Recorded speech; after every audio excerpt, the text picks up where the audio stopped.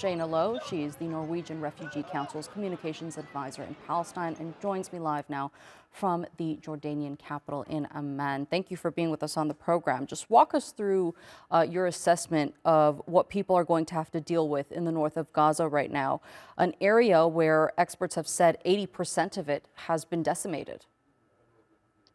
Well, of course, people are going to need shelter. That's a top priority for the Norwegian Refugee Council.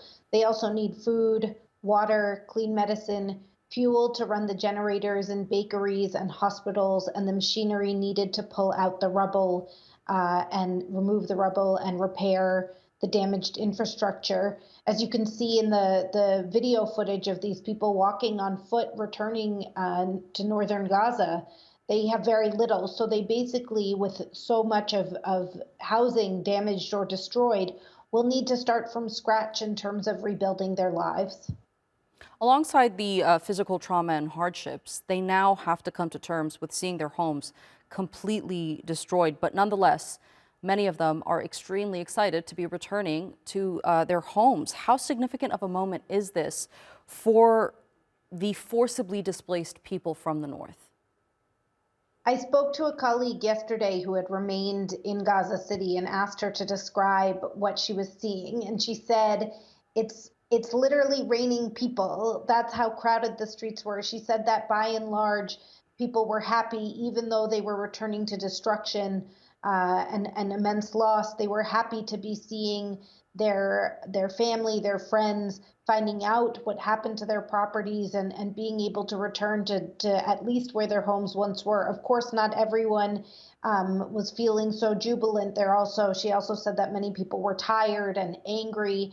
And of course, it's I'm sure for Palestinians returning after months and months of displacement, they are just happy to be back where they're from, and reconnect with family and friends and be able to finally get an understanding of what's happened to their loved ones as well as their properties. And as you mentioned, shelter and the rebuilding efforts is of top priority given the devastation that we're seeing in the north. It's going to take a lot of time. It's going to take a lot of effort, a lot of money. What role does the international community need to play during this process to ensure that that rebuilding process unfolds smoothly? Well, there's a few things. I think first and foremost, we need to remember that this needs to be a Palestinian-led reconstruction process. In some ways, it still feels very early to be talking about reconstruction when there are still bodies buried under the rubble, and the rubble removal alone could take years and years to be finished. But first and foremost, we need to be centering the people of Gaza and help them, support them in determining what their future and what the future of the Gaza Strip should look like. Of course, we need to have funding. Some of that funding should come from reparations from Israel, which the international community should demand. Israel decimated the Gaza Strip, and they should pay reparations to the Palestinians as part of the accountability that needs to be done now that, at least for now, the bombs have stopped falling.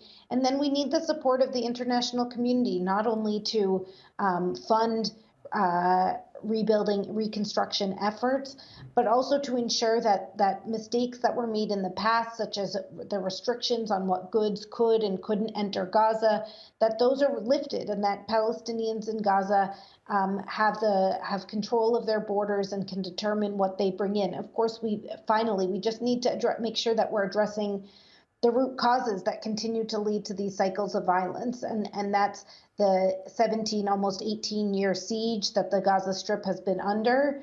And of course, addressing the occupation at its core. And with a political process needs to be taken on in addition to the reconstruction process. Indeed. Shaina Low, thank you so much for being with me here on the NewsHour and sharing that insight with us. I appreciate it.